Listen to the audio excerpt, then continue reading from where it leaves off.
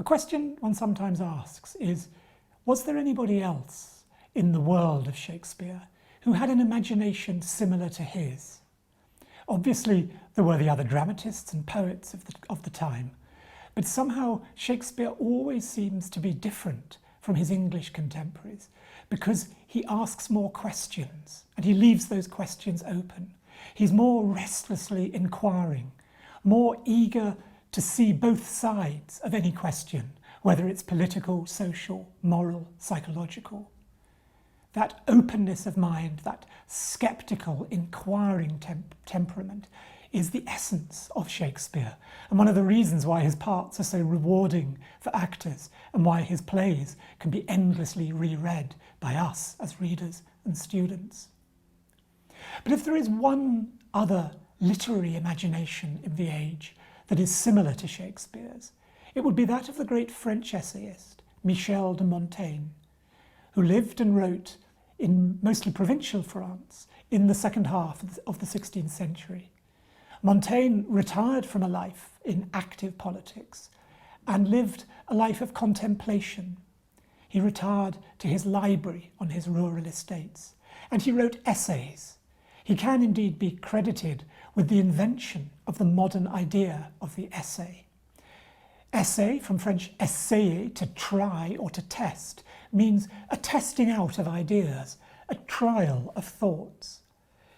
In each of Montaigne's essays, he begins from some anecdotal detail, maybe a person he's encountered, an idea he's had, a book he's read, and he goes on to explore the questions that it raises in a way that is quite diverse, digressive, but always open-minded, sceptical. He's always wanted to come back to the question and look at it from a different point of view. We don't know exactly when Shakespeare got hold of a copy of Montaigne, but we do know that in the second half of his career, from about 1604 onwards, he very closely read Montaigne's essays in the English translation of John Florio, who was the Anglo-Italian dictionary maker and man of letters, who had also been tutor to the Earl of Southampton, Shakespeare's original patron, and whom Shakespeare almost certainly knew. Some scholars indeed think that there are moments where he parodies John Florio in such plays as Love's Labour's Lost.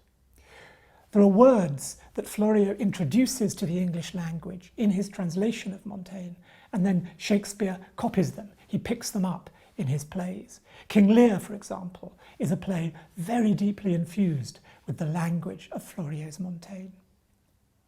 One of the essays in Florio, in his first book of essays, was called Of the Cannibals.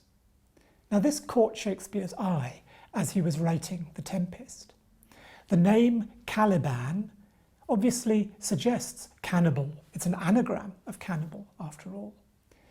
And as we've seen, Caliban, although he's a mysterious creature, in some respects seems to gesture towards the Native Americans or Indians of the New World.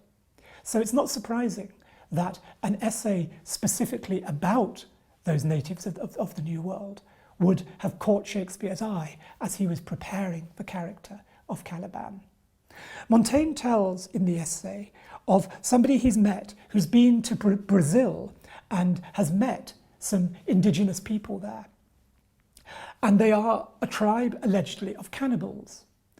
Now, the obvious assumption any European would make is that a cannibal must be a savage, a barbarian, and we are the sophisticated, advanced ones. But Montaigne does what Shakespeare always does.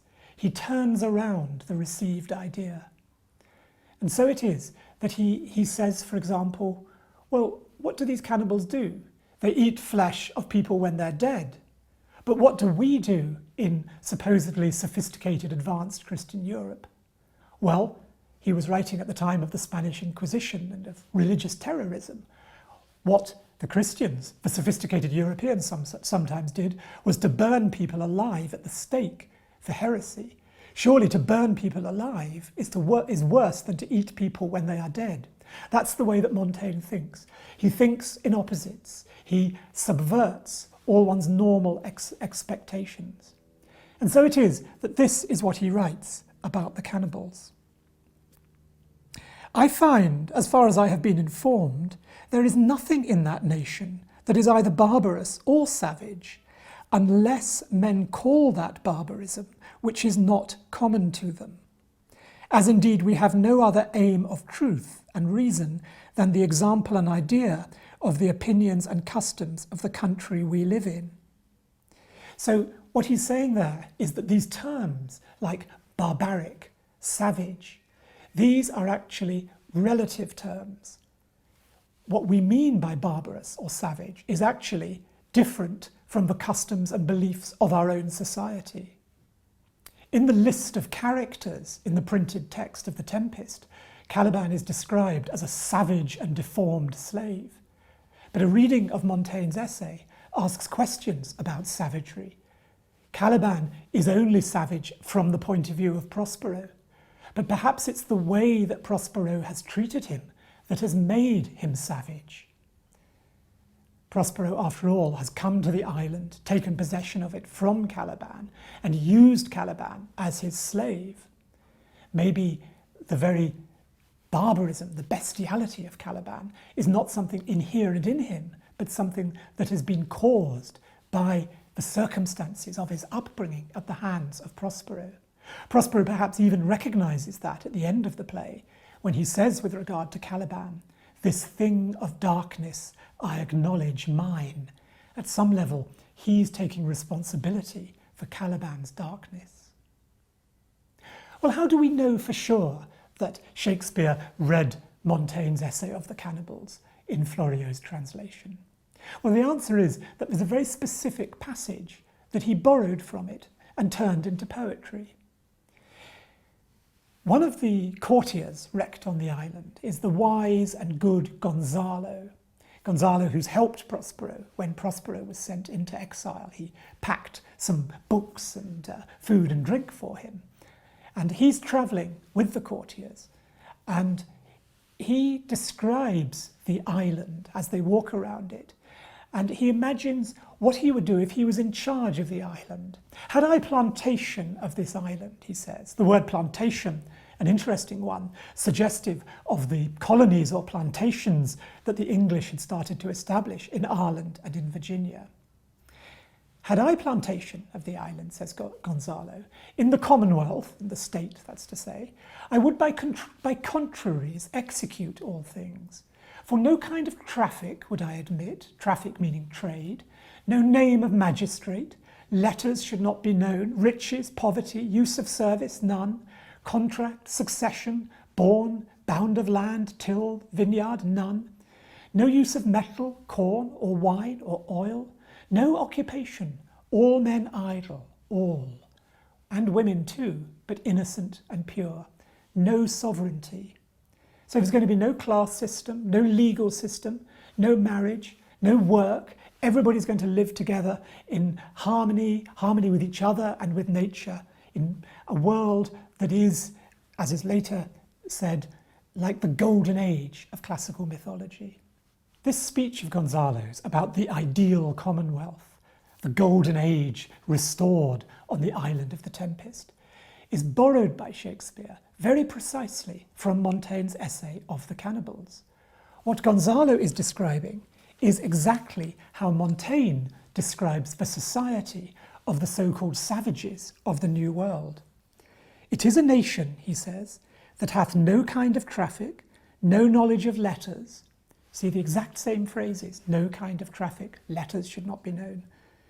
"No intelligence of numbers, no name of magistrate, nor of politics superiority, no use of service, of riches, or of poverty, no contracts, no successions, no partitions, no occupation but idle, no respect of kindred but common, no apparel but natural, no manuring of lands, no use of wine, corn, or metal. The very words that import lying, falsehood, treason, dissimulation, covetousness, envy, detraction, and pardon were never heard of amongst them." That is the image that Montaigne gives of a perfect commonwealth. He refers to the classical philosopher Plato, who had imagined what a perfect state would be like. And Montaigne says, well, go to the tribe of the so-called cannibals in Brazil and you'll find one. It's an extraordinary idealisation. It leads into a long tradition of idealising indigenous societies, the tradition of the so-called noble savage. But Shakespeare, like Montaigne, always sees both sides of the question. Caliban does attempt, we are told by Prospero and Miranda, he does attempt to rape Miranda. He behaves in a way that is distinctly unideal, distinctly savage. It's an open question as to what causes that, but we can't say that Caliban is fully idealised. He joins with Trinculo and Stefano in the rebellion against Prospero. So, what exactly in the end do we make of Caliban? Is he the noble savage of Montaigne's essay, or is he the thing of darkness acknowledged by Prospero?